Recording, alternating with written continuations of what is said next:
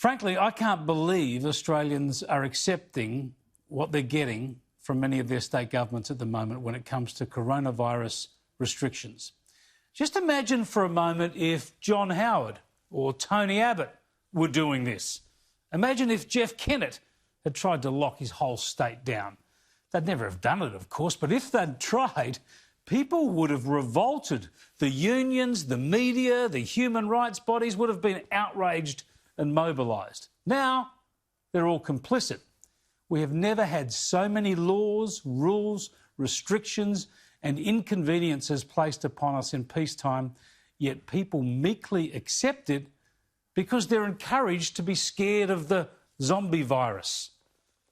This must be the triumph of the nanny state, the risk managers, the health bureaucrats, all those people who want a sugar tax and bans on alcohol and all the rest of it, all those who want to eliminate all health risks. Well, they are having their time for now, until people wake up.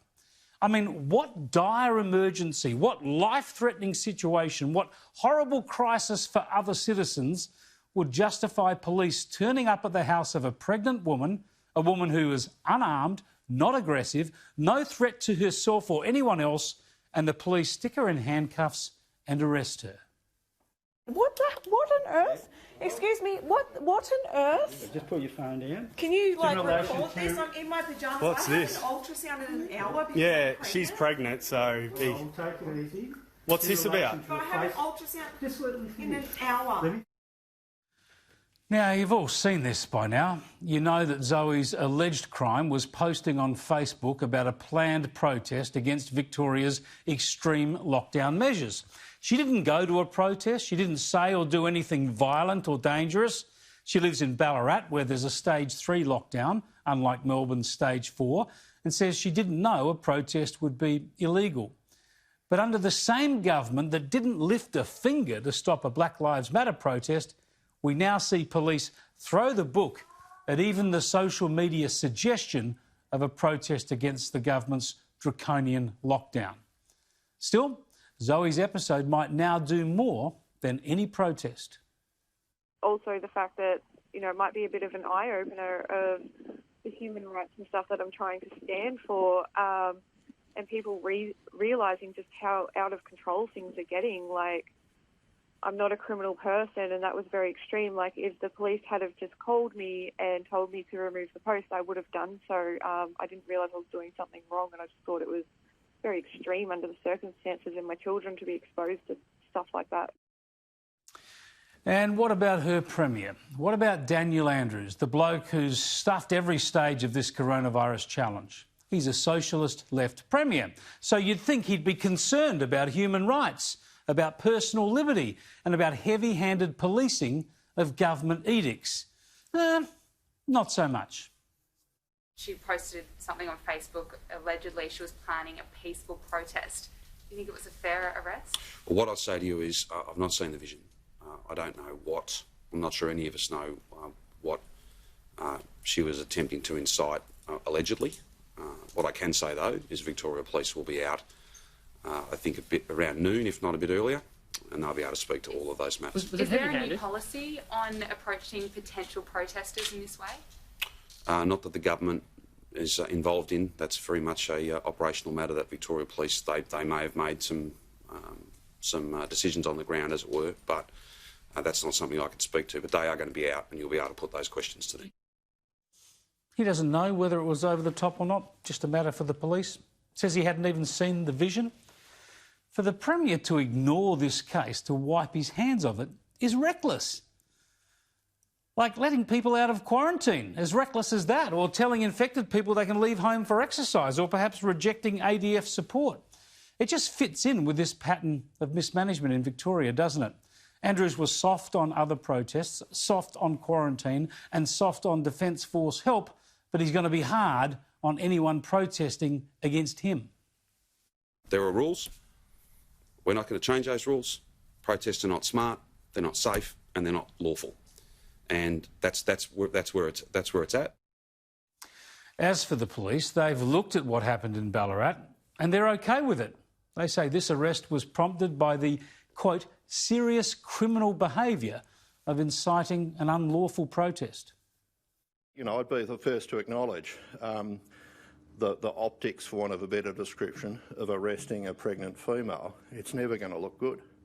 I mean, the optics of arresting someone who's pregnant is terrible.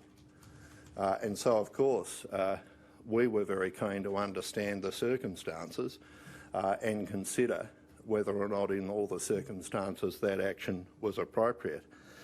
And I can say to you, based on the briefings that have been provided to me and my colleague, Assistant Commissioner Cindy Millen, we're absolutely satisfied that in those circumstances the members behaved appropriately and in accordance with our policy. Really? Well, then you might want to look at your policies again, because this was over the top. The response by police is out of all proportion to the scale of the threat and the severity of the alleged offence. But then that's Andrews Victoria right now, isn't it? The actions of the government, the power of the state, the intrusion of the law is way out of proportion to the scale of the threat and the scope of the health challenge. And you can hear that even in the language used by the police. So the point really that I want to make is that while this deadly virus doesn't discriminate, we won't discriminate, and we can't discriminate in holding people to account. I'd also make this observation. We take offenders and suspects as we find them. This deadly virus doesn't discriminate. You see the problem here? These people are exaggerating and misleading. This virus is not deadly to 99% of people infected. In fact, half of the people infected might never know they have it. And it does discriminate. The virus discriminates in favour of the young and healthy. As we've heard from the experts, the mortality rate for children and young adults is effectively zero. It discriminates against the elderly and the sick.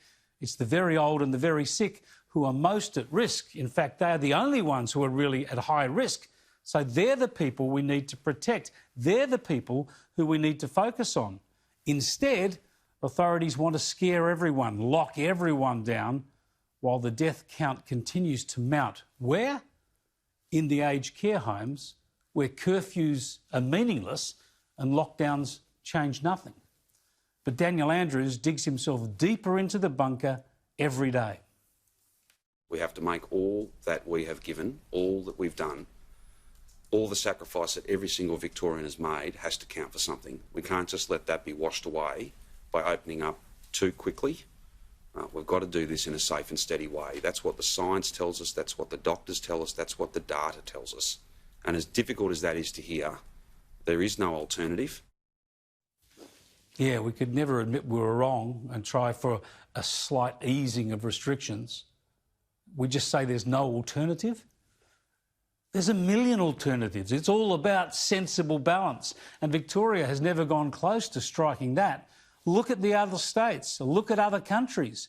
Andrews could scrap the curfew for starters. He could get kids back to school for starters. Instead, leaked documents that appeared in the Herald Sun today show that the roadmap out for Victoria is still going to be long and slow, with life not getting even close to normality until there are fewer than 5 infections a day, if that day ever comes. And it's just as bad in Queensland, even though they're almost COVID-free in that state. They won't reopen the border with their southern neighbour until New South Wales has gone a month without any community transmission. A month, again, if that day ever comes. This stuff is nuts.